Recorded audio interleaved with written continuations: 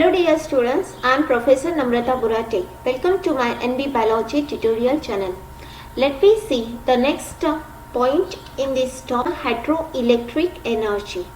What's a hydroelectric energy? The kinetic energy in the flowing water. Kinetic energy म्हणजे कोणती?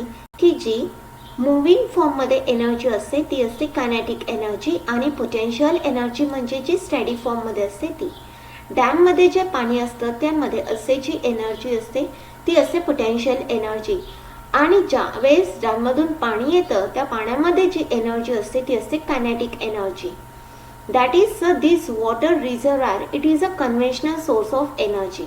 म्हणजे पारंपरिक पद्धत आहे पाण्यापासून एनर्जी तयार करण्याची. In hydroelectric power plant the potential energy in a water in the stored water that is in the dam. म्हणजे डॅम मध्ये जे स्टोर्ड वॉटर असतं त्यामध्ये जी एनर्जी असते ती असते पोटेन्शियल एनर्जी आणि त्या पोटेन्शियल एनर्जीचं कन्वर्जन केलं जात असतं कायनेटिक एनर्जी मध्ये. That is the fast flowing water it is brought from the dam. Dam मधून पाणी खूप जोरात म्हणजे फास्ट डॅम मधून वॉटर रिलीज केलं जातं आणि रिलीज झालेलं वॉटर कशावरती बंबार्ड होत असतं तर ते त्या डॅमच्या खालच्या बाजूला म्हणजे लोअर साईडला टर्बाईन असतं त्या टर्बाईन वरती ते वॉटर बंबार्ड होत असतं. The kinetic energy of the flowing water drives the turbine आणि त्या कायनेटिक एनर्जीमुळे की जे पाण्यामुळे ती कायनेटिक एनर्जी तयार झालेली असते त्यामुळे काय होणार आहे टर्बाईन्स हे रोटेट होण्यास सुरुवात होणार आहे.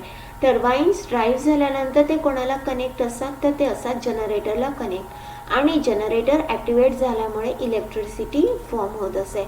Late we see this image. Okay, so this one is a dam. Dam wall is there. On the back side of the dam there is a water reservoir is there. आणि या पाण्यामध्ये जी energy असते ती energy असते potential energy. ज्यावेळेस डॅमचे हे sluice gate open केले जातात त्यावेळेस ग्रॅव्हिटेशनल फोर्समुळे हे जे वॉटर असतं की जे रिझर्वायर फॉर्ममध्ये असतं ते वॉटर खूप फास्ट स्पीड वॉटर या टर्बाईन वरती बंबार्ड होत असतं. या ठिकाणी पेन स्टॉक असतो. म्हणजे पेन स्टॉक म्हणजे काय असतं ते वॉटरला कंट्रोल करण्याचं काम करत असतात. ओके, ते जे वॉटर या स्लुईस गेट मधून बाहेर येणार आहे ते वॉटर कुठे बंबार्ड होणार आहे तर ते वॉटर या टर्बाईन्स वरती बंबार्ड होणार आहे की जे डॅमच्या लोअर साईडला असणार आहेत. That is this turbine it is connected to the generator. It's connected to the generator की ज्यामुळे इथे इलेक्ट्रिसिटी फॉर्म होणार आहे. ही इलेक्ट्रिसिटी फॉर्म झाल्यानंतर जे वॉटर असणार आहे ज्याला आपण बॅकफ्लो वॉटर म्हणत असतो त्या वॉटरचं काय होणार आहे तर ते हे वॉटर रिव्हर मध्ये परत मध्ये रिलीज केलं जाणार आहे. Let we see this one.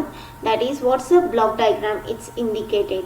The first one is there is a presence of the water reservoir with the potential energy. म्हणजे water reservoir आहे आणि ते potential energy form मध्ये आहे. The next one is when the water it is released from the dam. ज्यावेळेस हे water dam मधून release केलं जात असतं त्यावेळेस त्या वॉटरच्या एनर्जीमुळे काय होणार आहे त्या वॉटरच्या एनर्जीमुळे हे टर्बाईन्स रोटेट व्हायला सुरुवात होणार आहे. म्हणजेच या ठिकाणी हे जे पाणी खाली येणार आहे टर्बाईन्समध्ये ते ग्रॅव्हिटेशनल फोर्समुळे खाली येणार आहे आणि हे टर्बाईन्स रोटेट होण्यासाठी सुरुवात होणार आहे. म्हणजेच त्या ठिकाणी कायनेटिक एनर्जी असणार आहे.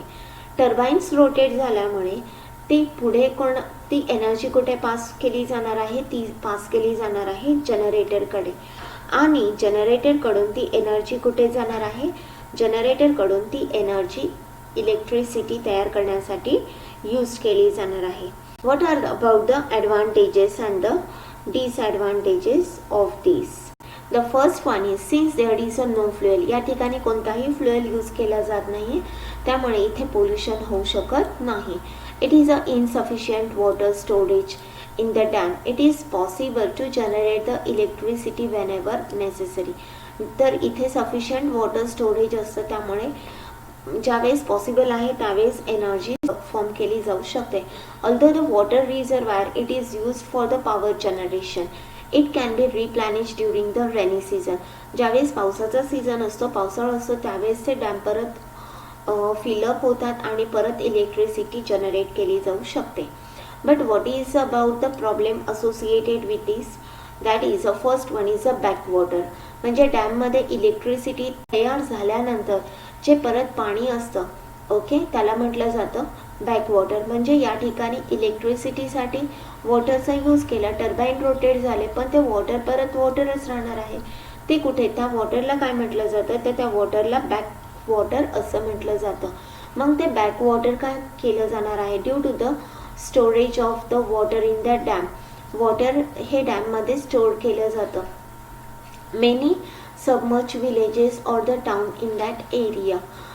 This leads to the problem of the rehabilitation of the displaced population. Moreover, they can also submerge the forest as well as the fertile land. Second is the abstraction of the flow of river water may have the adverse effect on the living bird in the river. Hope so you understood this hydroelectric energy production. Thanks for watching my video. Stay tuned to my channel. Thank you.